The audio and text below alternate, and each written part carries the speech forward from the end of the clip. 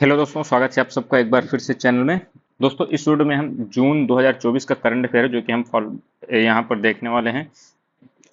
इसके पहले 5 वीडियो आ चुके हैं जिसमें हम जनवरी का, फरवरी, मार्च, अप्रैल का और मई का करंट अफेयर है जो कि पूरा करा दिया है।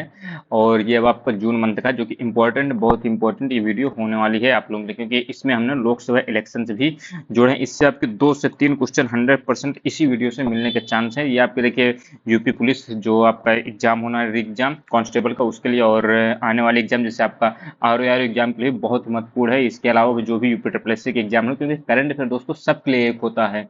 ठीक है, ये चीज आपको ध्यान देना। बस ये है, जो बड़े एग्जाम हो तो उनमें कथन में क्वेश्चन पूछ लेता है, यानी कई कथन देता है, उसमें पूछ लेता है कौन सा सही है या कौन सा गलत है, ये सब चीजें पूछ लेता है। और वनडे एग्जाम्स में वन लाइनर चीजें पूछता है। तो इसलिए आपको, आप सबके एग्जाम के लिए बहुत ही इंपॉर्टेंट सीरीज होने वाली है। तो देखिए, हम पहला यहाँ पर टॉपिक है लोकसभा इलेक्शन से 2024 के जो हुए आम चुनाव। मतदान ये आपको ध्यान देना 7 फेज में हुआ है। 19 अप्रैल 2024 से स्टार्ट हुआ, यहाँ फर्स्ट फेज हुआ था, और 7वां फेज 1 जून 2024 को हुआ है। ये चीज आपको ध्यान देना। रिजल्ट किस दिन आना था? तो 4 जून को आना था। ये चीज भी आपको ध्यान देना है। पीएम मोदी ने देखिए एक शपथ किस दिन ली है, तो ये भी आपको ध्यान देना है। 9 जून को जो है प्रधानमंत्री मोदी जी ने शपथ ली है इस बार। ठीक है, सबसे बड़ा इलेक्शन आपके ये सेकंड ऐसा इलेक्शन है जो सबसे ज्यादा समय तक चला है, क्योंकि देखिए पहला इलेक्शन हुआ था 1951-52 में, तो 120 दिन तक चला था। इसके बाद देखिए सेकंड में आपका यही 2024 का लोकसभा इलेक्शन है जो कि लगभग 39 दिन तक चले हैं। ये चीज आपको ध्यान देना है। चुनावी खर्च की बात कर ले तो 1.20 लाख करोड़ रुपए है जो कि खर्च हुए हैं इस बार के लोकसभा चुनाव में। महिला सांसदों की संख्या में बात करें तो देखिए इंपॉर्टेंट है, 13.6% 2024 में। 2019 में कितने थे? तो 14.4%, यानी 14.4%। यानी इससे आप समझ सकते हैं 2024 में महिलाओं की संख्या में, सांसदों की संख्या में गिरावट आई है, और 2019 में ज्यादा थी। कुल वोटर्स की बात करें, मोस्ट इंपॉर्टेंट है, कुल वोटर्स देखिए आप कितना है? तो 96.88 करोड़ वोटर्स थे। इसका प्रतिशत कितना होता है? तो 66.76% है। इसमें देखिए महिलाएं कितने, मेल कितने हैं? तो मेल आपके 49.72 करोड़ हैं, और फीमेल आपके 47.15 करोड़। ये चीज आपको ध्यान देना है। और लिंगानुपात देखिए 948 है। ये चीज भी आपको ध्यान देना है इस इलेक्शन के आधार पर जो डाटा निकला है। लोकसभा में देखिए विपक्ष के नेता की बात कर लेते हैं, इंपॉर्टेंट है। देखिए ये संवैधानिक पद नहीं है, ये चीज आपको ध्यान देना इंपॉर्टेंट है, क्योंकि आपको देखिए पहली बार आप सुनेंगे ना नजर में, आपको लगेगा कि यार ये तो संवैधानिक पद है, लेकिन आपको ध्यान देना संवैधानिक पद नहीं है। ये देखिए, इसको 1977 में वैधानिक मान्यता मिलती है, यानी कानूनी मान्यता मिल जाती है, लेकिन संवैधानिक नहीं है। इसके लिए देखिए 10% मिनिमम सीटें होनी चाहिए। जैसे इस बार कांग्रेस को लगभग 99 सीटें हैं जो कि मिली हैं। और टोटल देखिए लोकसभा में कितनी सीटें हैं? तो 543 है। 543 का आप देखेंगे तो इसका 10% आपका कितना हो जाता है? तो 54.3, यानी 55 प्लस आपको सीटें होने चाहिए। तो कांग्रेस के ही तभी राहुल गांधी को लोकसभा में विपक्ष के नेता का पद मिला है, क्योंकि इनकी कांग्रेस की इस बार पार्टी कितने वोट हैं? तो 99 सीटें उन्हें मिली हैं। ये चीज का ध्यान देना है आपको। कैबिनेट मंत्री के बराबर इनके वेतन भत्ते और सुविधाएं इन्हें मिलती है, चीज आपको ध्यान देना है। दूसरी खबर इंपॉर्टेंट है, UNSC United nation security council में 5 नए अस्थायी सदस्य बनाए गए हैं। 2025 और 26 के लिए दो वर्षीय अस्थायी सदस्य चुने जाते हैं। तो इसमें कौन कौन से हैं? तो पाकिस्तान है, सोमालिया है, पनामा है, और डेनमार्क है, और ग्रीस है। चीज आपको ध्यान देना है। अगली खबर है इंपॉर्टेंट है, बिहार के रामसर साइट्स हैं। रामसर साइट्स कितने हो गए हैं? तो 82 हो गए हैं। बिहार में देखिए आपका नागी पक्षी अभ्यारण्य और नगटी पक्षी अभ्यारण्य, और तीसरा है आपका कांवड़ पक्षी अभ्यारण्य। ये तीनों हैं जो कि बिहार के रामसर साइट्स हैं जो वर्तमान में चुने गए हैं। रामसर सम्मेलन आपका 1971 2 फरवरी को हुआ था। कहाँ हुआ था? तो ईरान के रामसर की जगह में हुआ था। अंतरिक्ष में देखिए 1000 दिन जो है बिताने वाले व्यक्ति कौन बन गए हैं? तो ओलेग कोनेसे बन गए हैं, इंपॉर्टेंट है। और दूसरे जो देखिए 878 डेज सबसे अधिक समय तक कौन है? तो गेनेडी पडल का है, ये भी रूस की हैं। ठीक है, ये चीज आपको ध्यान देना है। जीरो डेब्रिस चार्टर की बात करें, मोस्ट इंपॉर्टेंट है ये देखिए 12 देशों द्वारा यूरोपीय स्पेस एजेंसी, जिसे हम ESA कहते हैं, इन्होंने जीरो डेब्रिस चार्टर पर हस्ताक्षर किए हैं। ये चीज आपको ध्यान देना है। वो 12 देश कौन कौन से हैं? तो यूके, स्वीडन, जर्मनी, पुर्तगाल, पोलैंड इनमें शामिल है। ठीक है, इंपॉर्टेंट देश है, और अन्य भी 12 देशों में आते हैं। 2030 तक देखिए मलबा तटस्थ बनाने की बात ये की जा रही है यूरोपियन यूनियन के द्वारा।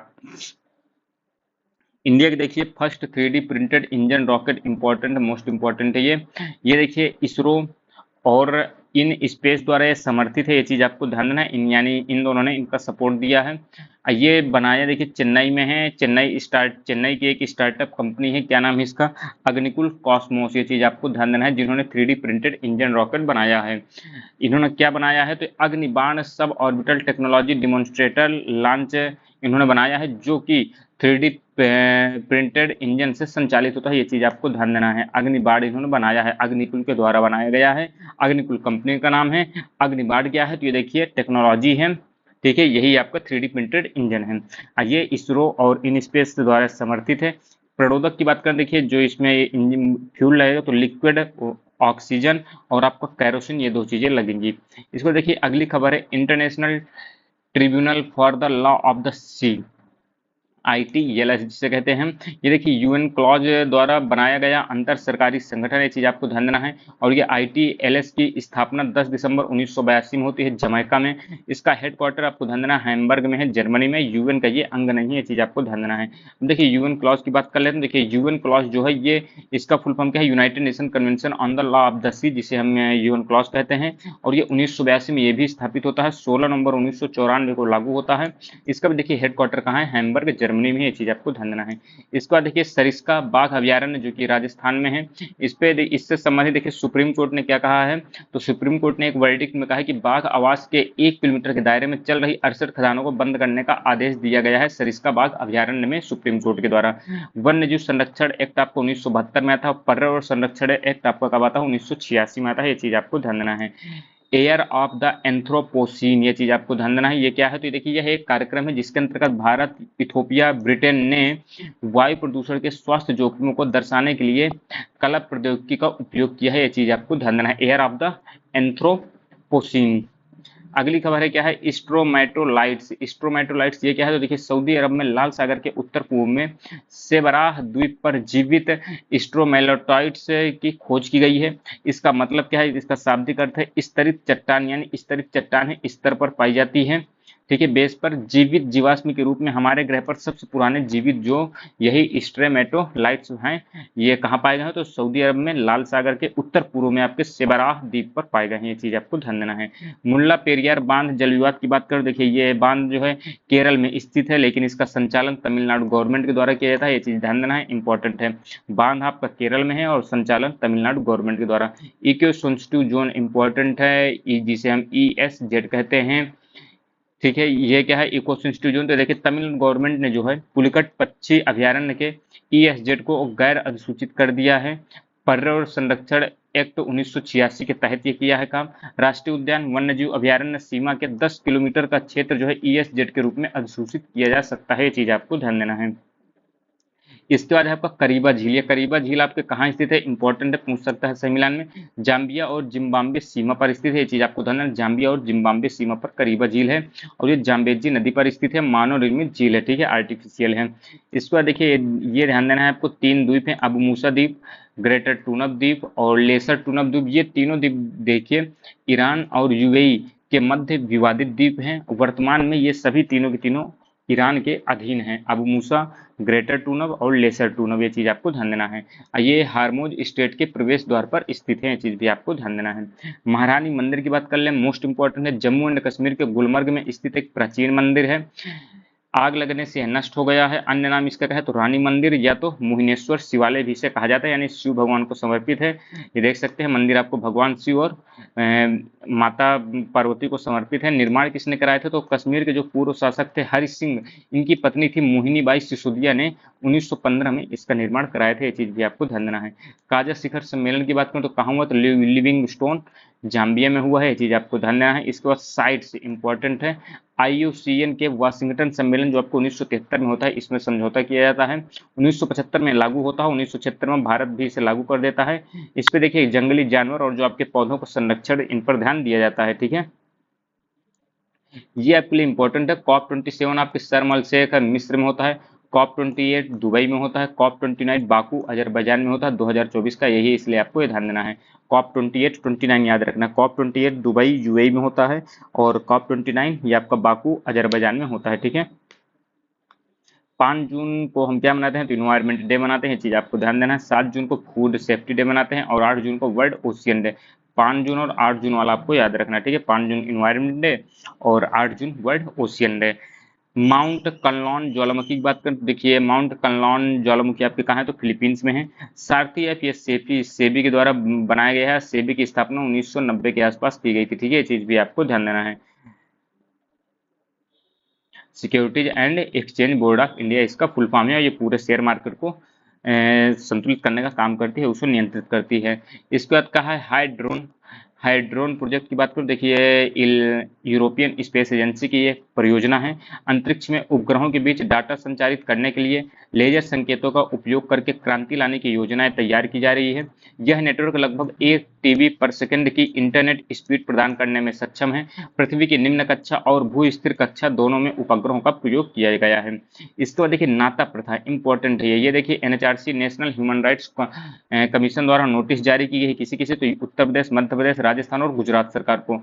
इनमें क्या किया गया, क्या कहा गया है, तो देखिए इनमें जो है कुछ जातियों की पत्नी जो हैं अपने पति को छोड़कर किसी अन्य पुरुष के साथ रह सकती हैं। ये एक नाता प्रथा है, इसको खत्म करने के लिए है एनएचआरसी ने नोटिस जारी की है। यूपी, एमपी, राजस्थान और गुजरात को ये चीज आपको ध्यान देना है। नागास्त्र फर्स्ट की बात करो, देखिए नागास्त्र फर्स्ट क्या है, तो ये भारतीय सेना को ये अब मिल गया है। ये देखिए एक सुसाइड ड्रोन है, ये चीज आपको ध्यान देना है। 200 मीटर ऊंचाई तक ये उड़ सकता है। स्वदेशी रूप से निर्मित किया गया है। कंपनी कौन सी है, इकोनॉमिक्स एक्सप्लोजिव लिमिटेड है, EEL है, ठीक है। ये चीज आपको ध्यान है, नागपुर की कंपनी है। इसके बाद देखिए हीट वेव की बात करें, हीट वेव से भी क्वेश्चन बन सकता है आपका, देखिए क्योंकि हीट वेव इस बार काफी ज्यादा चली है। तो नेशनल डिजास्टर रिलीफ फंड जो है इस ये 2005 में ये एक्ट आया था, इसकी सूची में ये शामिल नहीं। पहले तो आपको ये ध्यान देना है एनडीआरएफ की सूची में शामिल नहीं है, जो 2005 में एक्ट आता है। इस आईएमडी के मानदंड क्या है कि ऐसे कौन कौन से मानदंड है जिसके माध्यम से ये जाना जाता है, तो ये हीट वेव है। तो देखिए आईएमडी तभी मानती है, तो मैदानी भाग में जब यह तापमान देखिए आपका 40 डिग्री सेंटीग्रेड से अधिक हो जाए और पहाड़ी भागों में 30 डिग्री सेंटीग्रेड से अलग हो जाए, ज्यादा हो जाए, और जब ये सामान्य तापमान से लगभग 6 डिग्री सेंटीग्रेड से वृद्धि हो जाती है, तो उसे हम हीट वेव का नाम दे देते हैं। ये चीज आपको ध्यान देना है। यूक्रेन पीस समिट इंपॉर्टेंट है। ये कहाँ हुआ है, तो देखिए ये हुआ है बुर्गन स्टॉक रिजॉर्ट में हुआ है, जो कि स्विट्जरलैंड में स्थित है। इसके केंद्र बिंदु परमाणु सुरक्षा, खाद्य सुरक्षा, मानवीय मुद्दे थे।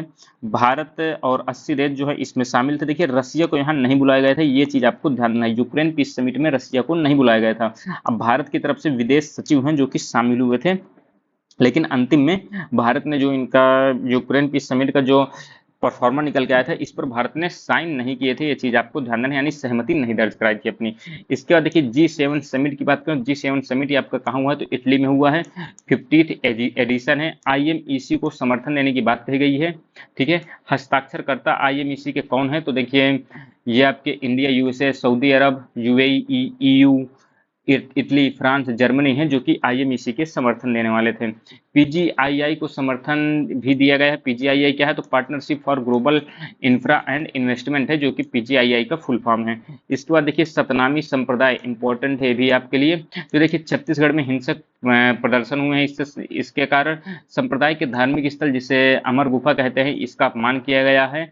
ये गुरु घासीदास का जन्म स्थान भी माना जाता है, अमर गुफा, ठीक है। सतनाम का मतलब क्या है, तो सच्चा नाम। सतनाम देखिए भक्ति कवि के आपके जो कबीर थे इनके द्वारा प्रचलित है। देखिए भक्ति कवि कबीर की बात करें, देखिए शिक्षाओं से प्रेरित होकर वीरभान नामक भिक्षु द्वारा हरियाणा के नारनौल में सतनामी संप्रदाय की इन्होंने स्थापना की थी। कबीर ने 1672 में औरंगजेब के खिलाफ इन्होंने विद्रोह किया था, जैसे कि जजिया कार्य इन्होंने लगा दिया था, तो उसका विद्रोह किया था। कहाँ, पंजाब और हरियाणा में। औरंगजेब ने देखिए इस संप्रदाय को नष्ट कर दिया था, सतनामी संप्रदाय को। इसका देखिए पुनरुत्थान होता है कब, तो 18वीं सदी में। यूपी में कहाँ होता है, यूपी में कौन करता है, जगजीवन दास करते हैं। छत्तीसगढ़ में इसे घासीदास करते हैं, ठीक है। ये चीज आपको ध्यान देना है। अगली खबर है सोफिया रिपोर्ट। सोफिया रिपोर्ट आपकी क्या है, तो state of world fisheries and aquaculture. ये देखिए FAO द्वारा जारी की जाती है। उत्पादन में देखिए कौन कौन आता है, उत्पादन में पहले नंबर चाइना है, दूसरा इंडोनेशिया, तीसरा आपका इंडिया का आता है।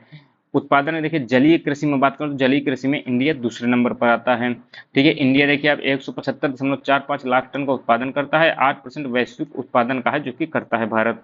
इसको देखिए आईआईएससी बेंगलोर की बात करें, देखिए आईआईएससी बेंगलोर जो है इसने भूजल से आर्सेनिक जैसी भारी धातु संदूषकों को हटाने के लिए उपचार प्रक्रिया विकसित कर ली है। 3 चरण की विधि है। आर्सेनिक जो है पानी में पाया जाता है जो कि बहुत ही घातक होता है हमारे शरीर के लिए, तो आईएससी बेंगलोर द्वारा इसके लिए उपचार की प्रक्रिया को विकसित कर लिया गया है जो कि 3 चरण की विधि है।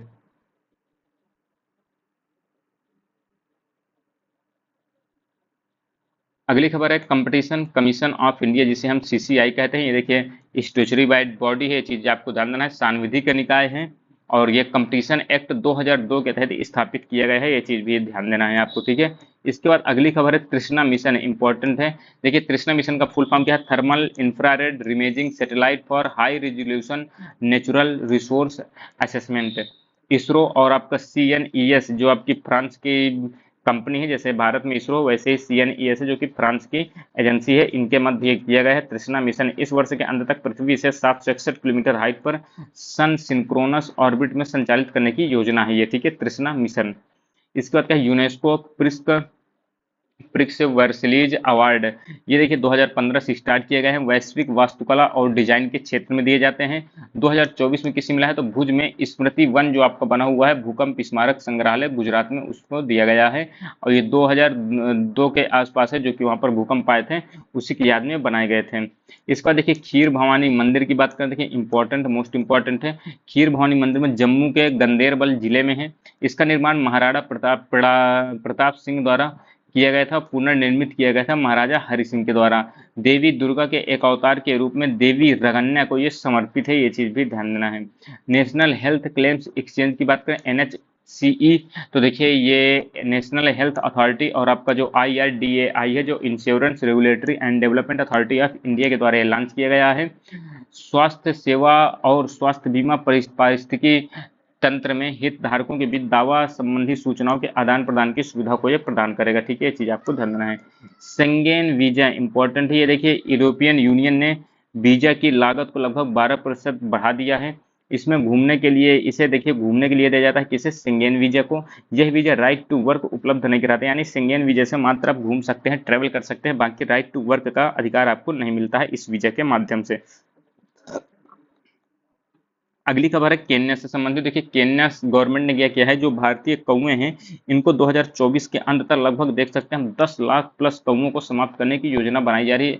ऐसा क्यों किया जा रहा है, क्योंकि कौवा जो है एक आक्रामक विदेशी पक्षी के रूप में यहाँ पर माना जाता है, क्योंकि ये उनके जो क्षेत्रीय पक्षी हैं या उनके घरों पर है या उनके जो ट्रेवल में लोग जाते हैं तो उनको काफी ज्यादा ये कौवे परेशान करते हैं। इस कारण से वहां पर यह निर्णय लिया गया है, 10 लाख कौवों को मारने का जो है ड्राफ्ट तैयार किए गए हैं। बर्फ के साक्ष्य कहाँ मिले हैं, तो देखिए मंगल ग्रह में है जो कि बर्फ के साक्ष्य मिले हैं। चीतों का पुनर्निवास की बात करें, देखिए कूनो नेशनल पार्क से इन्हें गांधी सागर वन्य जीव अभयारण्य एमपी में यानी मध्य प्रदेश में लाया जा रहा है, चीतों का पुनर्निवास किया जा रहा है।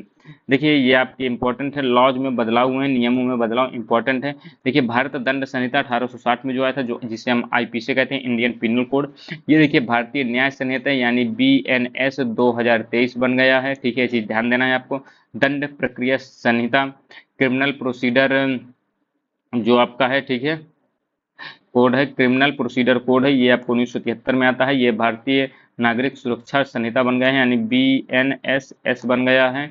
भारतीय साक्ष्य अधिनियम 1872 में आता है, तो ये आपका भारतीय साक्ष्य अधिनियम है यानी भारतीय साक्ष्य अधिनियम बीएस है। ठीक है, ये चीज आपको ध्यान देना है। देखिए इंपॉर्टेंट पॉइंट्स देख लेते हैं। बीएनएस में देखिए भारतीय न्याय संहिता में 511 धारा की जगह अब कितनी हो गई हैं, तो 358 धाराएं हो गई हैं।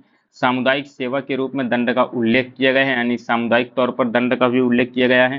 राष्ट्रद्रोह को समाप्त कर दिया गया है, इसके स्थान पर देशद्रोह को लाया गया है। आतंकवाद की परिभाषा को और भी ज्यादा विस्तृत किया गया है। ठीक है, मॉब लिंचिंग को अपराध माना गया है, चीज ध्यान देना। संगठित अपराध को इसमें परिभाषित किया गया है। देखिए इंपॉर्टेंट धाराएं हैं जिसे याद भी रख सकते हैं आप। ये आईपीसी की धारा है, ये पुरानी धाराएं थी, और बीएनएस की जो भारतीय न्याय संहिता है उसकी धारा है जो कि अब बदल गई है। देखिए बलात्कार की पहले धारा 375 होती थी, वर्तमान में ये बीएनएस की 63वीं धारा हो गई है। महिला गरिमा का अपमान 509 में आता था और ये बीएनएस में कितना है 79 आ गया। महिला के साथ छेड़छाड़ ये 73 नंबर पर आती थी, वर्तमान में ये 79 नंबर बीएनएस की धारा में आता है। मोलेस्टेशन ऑफ वुमेन यानी वुमेन का मोलेस्ट यदि कोई करता है तो ये देखिए 354 का बी था, वर्तमान में ये बीएनएस में कितना है तो 76 नंबर में है। ये चीज आपको ध्यान देना है, 76 नंबर धारा में है। इसको देखिए बीएनएसएस की बात करें, भारतीय नागरिक सुरक्षा संहिता, तो देखिए 7 साल से अधिक सजा पाने वाले अपराध में फॉरेंसिक जांच जो है अनिवार्य होगी। सभी ट्रायल पूछताछ कार्यवाही इलेक्ट्रॉनिक मोड पर होंगे, ठीक है, ये चीज ध्यान देना है आपको। ये सुधार किए जा रहे हैं। अपराधी के न होने पर भी मुकदमा चलाया जाएगा और फैसला भी सुना दिया जाएगा यदि आपका अपराधी उपस्थित नहीं होता है। लोकसभा के देखिए अध्यक्ष चुनाव की बात कर लेते हैं, इंपॉर्टेंट है। देखिए एनडीए के जो ओम बिरला हैं ये आपके अध्यक्ष हैं और इंडिया गठबंधन की तरफ से के सुरेश, इन दोनों को यानी यहाँ पर चुनाव का बात की गई। वर्तमान में तो पता है ओम बिरला जी बन गए हैं, लेकिन ये ध्यान देना है आपको कि इन दोनों के बंद एनडीए अपना प्रत्याशी चुनती है ओम बिरला को और इंडी गठबंधन की तरफ से के सुरेश जो है चुने जाते हैं। तो देखिए इनमें क्या कहते हैं आपका वोटिंग भी होती है जिसपे एनडीए के ओम बिरला जी जीत जाते हैं। स्वतंत्र भारत में देखिए 3 बार चुनाव हुए हैं, 1952, 1967, 1976 और वर्तमान में ये चौथा आपका अब हो गया। अभी तक 3 हुए थे, इसी मिलाकर चौथा हो जाएगा। साधारण बहुमत से चुनाव होता है, चीज ध्यान देना है आपको। आर्टिकल 93 में उल्लेख है अध्यक्ष उपाध्यक्ष के चुनाव के बारे में, ये चीज भी आपको ध्यान देना। आर्टिकल 93। रेमिटेंस प्राप्त करने वाले देश भारत पहले नंबर पर है, दूसरा मैक्सिको, तीसरा चीन। भारत देखिए आपका 120 बिलियन डॉलर प्लस आपका है। 2024 में कितने उम्मीद है 124 बिलियन डॉलर, 2025 तक 129 बिलियन डॉलर। अब कहाँ से सबसे ज्यादा भारत को धन प्राप्त होता है यानी रेमिटेंस प्राप्त होता है, तो देखिए यूएसए सबसे ज्यादा, फिर इसके बाद यूएई, फिर आपका सऊदी अरब। ये चीज आपको ध्यान देना है। अगली खबर है जलवायु परिवर्तन से समुद्र स्तर में बढ़ोतरी के कारण 21 द्वीप से है जहां से लोगों का विस्थापन किया गया है। तो देखिए गार्दी सुगदुक द्वीप है, इंपॉर्टेंट है ये। और ये कहाँ है तो पनामा देश का है, ये चीज भी आपको ध्यान देना है।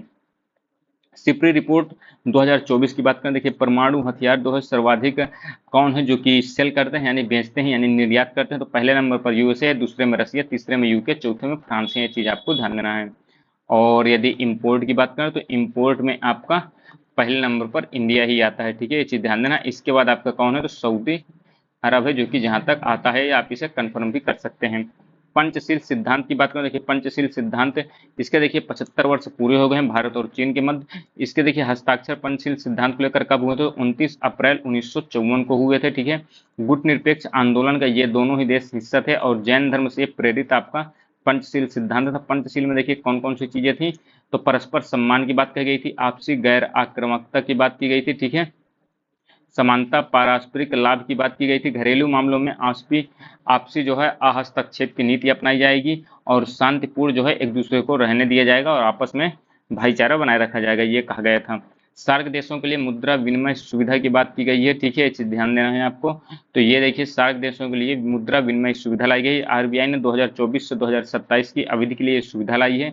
इसके मेंबर देश कौन कौन से, कजाकिस्तान, बांग्लादेश, भूटान, भारत, मालदीव, नेपाल, पाकिस्तान, श्रीलंका, ये चीज ध्यान देना है। जेपी मॉर्गन इंडेक्स में इंडियन गवर्नमेंट बॉन्ड्स जो है अभी शामिल हो गए हैं।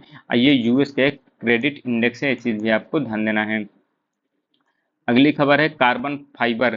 तो कार्बन फाइबर का निर्माण आप देख सकते हैं 19वीं सदी में थॉमस एडिसन और जोसेफ स्वान ने किया था, ये चीज आपको ध्यान देना है। ये कार्बन के पतले और मजबूत क्रिस्टलीय तंतुओं से निर्मित एक दूसरे से कसकर बंधे होते हैं, उच्च शक्ति संरचना है जो कि ये बनाते हैं। मानव बाल से भी पतले होते हैं, ये लगभग 5 से 10 माइक्रोन मीटर व्यास के ही होते हैं और 1000 गुना ये मजबूत होते हैं बालों से, चीज भी आपको ध्यान देना है। न्यूनतम अशुद्धि से ये प्रवर्तित निर्मित होते हैं, न्यूनतम अशुद्धि है जिसका प्रयोग होता है इनके निर्माण में। शुद्ध कार्बन आपका अधिकतम इससे निकलता है, उच्च शुद्धता वाला पदार्थ जो कि बनता है। इससे लाभ क्या होता है तो अधिक तन्यता मिलती है, वजन इससे कम रहता है वस्तुओं का, उच्च कठोरता पाई जाती है और उत्कृष्ट तापीय चालकता है जो कि इसमें पाई जाती है, ये चीज भी आपको ध्यान देना है। अगली है बजाऊ जनजाति, इंपॉर्टेंट है ये। बजाऊ जनजाति की बात करें तो मलेशिया की है, ये विलुप्ति की कगार पर आ गई है। इसका कारण क्या है, समुद्र स्तर का लगातार उठना, प्रदूषण का बढ़ना और शहरीकरण का बढ़ना। इनका अन्य नाम क्या है तो समा बजाऊ है। इनके घर पानी के ऊपर खंभों पर बने होते हैं, ये चीज आपको ध्यान, समुद्र होता है, मान लीजिए समुद्र है,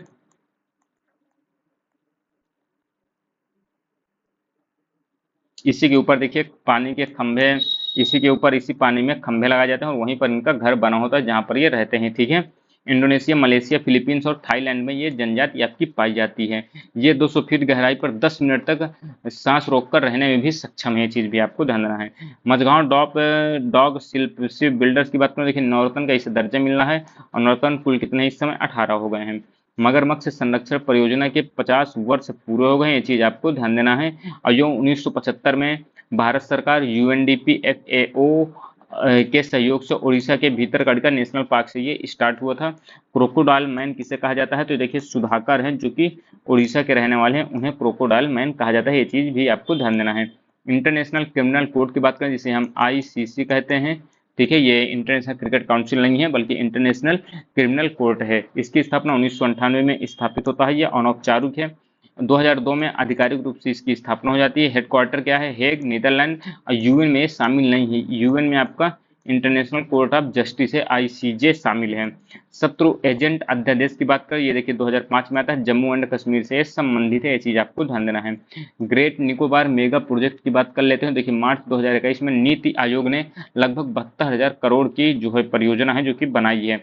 अंडमान निकोबार आइसलैंड जो है इंटीग्रेटेड डेवलपमेंट कॉर्पोरेशन द्वारा ये कार्यान्वयन आपका किया जाएगा, ये चीज भी आपको ध्यान देना है। निकोबार में मेगा प्रोजेक्ट लगाने की बात की जा रही है। इसका देखिए भारी विरोध क्यों हो रहा है, तो इसके दो कारण है। 130 किलोमीटर स्क्वायर का लगभग क्षेत्रफल का वन भूमि जो है इसका प्रयोग किया जाएगा, जिससे वनों की हानि होगी और 10 लाख पेड़ों की जो है कटाई होगी, इसलिए इसका विरोध किया जा रहा है। ट्रांसशिपमेंट टर्मिनल और बिजली संयंत्र यहाँ पर गैलीथिया खाड़ी है जो कि ग्रेट निकोबार द्वीप के दक्षिण पूर्व किनारे पर स्थित है, ये चीज भी आपको ध्यान देना है। अगली खबर है ग्लोबल लाइवियाबिलिटी इंडेक्स 2024 में आई है। ये इकोनॉमिस्ट इंटेलिजेंट यूनिट जो आपका EIC है इसके द्वारा जारी की गई है, लंदन की है ये संस्था। टॉप 5 सिटी बात करें जो रहने के लिए बेस्ट हैं, तो देखिए पहला वियना है जो कि आपका ऑस्ट्रिया में है, Copenhagen Denmark, Zurich Switzerland, Melbourne Australia और कैलगरी ये आपका कनाडा में है। बॉटम में देखिए दमस्कस है जो कि आपका सीरिया में पड़ता है, ठीक है, यानी बॉटम सबसे नीचे। गवाह संरक्षण योजना की बात करें, इंपॉर्टेंट है, ये असम गवर्नमेंट के द्वारा लाई गई है, जिससे बेहतर न्याय की व्यवस्था आपके हो सके, ये चीज आपको ध्यान देना है। CM मांझी लड़की बहन योजना इंपॉर्टेंट है, महाराष्ट्र गवर्नमेंट के द्वारा लाई गई है। 21 से 60 वर्ष की महिलाओं को 1500 रुपए पर मंथ की सहायता और पर ईयर जो है 3 LPG सिलेंडर है जो कि फ्री दिए जाएंगे। CM मांझी लड़की बहन योजना है, ठीक है। इसके बाद क्या है, प्रोजेक्ट नेक्सस मोस्ट इंपॉर्टेंट, ये देखिए बहुपक्षीय पहल है आपकी, ठीक है, और इस पे देखिए आपका RBI भी शामिल है, ये चीज आपको ध्यान देना है। और इसके माध्यम से होगा क्या, तो फास्ट पेमेंट सिस्टम को बात हो रही है, फास्ट पेमेंट सिस्टम को लागू करने की बात हो रही है। इसकी संकल्पना बैंक और इंटरनेशनल सेटलमेंट्स जिसे हम BIS कहते हैं इसके द्वारा इसकी संकल्पना रखी गई थी। इस पे देखिए कौन कौन से देश शामिल है प्रोजेक्ट नेक्सस में, देखिए मलेशिया, फिलीपींस, सिंगापुर, थाईलैंड और इंडिया इसमें शामिल हुए। BIS की बात करें तो बैंकर फॉर इंटरनेशनल सेटलमेंट्स की, तो ये 1930 में स्थापित है। स्वामित्व तो इसके 63 देश हैं। हेडक्वार्टर क्या है, तो बेसल स्विट्जरलैंड है। देश में फर्स्ट स्व सेवा बैगेज ड्रॉप सिस्टम स्टार्ट किया गया है IGI एयरपोर्ट में, इंदिरा गांधी इंटरनेशनल एयरपोर्ट में। AI से सड़क सुरक्षा बढ़ाने में NHAI से समझौता किया है किसने, तो IIT दिल्ली ने। 64वां इंटरनेशनल शुगर ऑर्गेनाइजेशन काउंसिल की बैठक आप कहाँ हुई, तो न्यू दिल्ली में हुई है, ये चीज भी आपको ध्यान रखना है। भारत ने मेडिकल ई वीजा स्टार्ट किया है,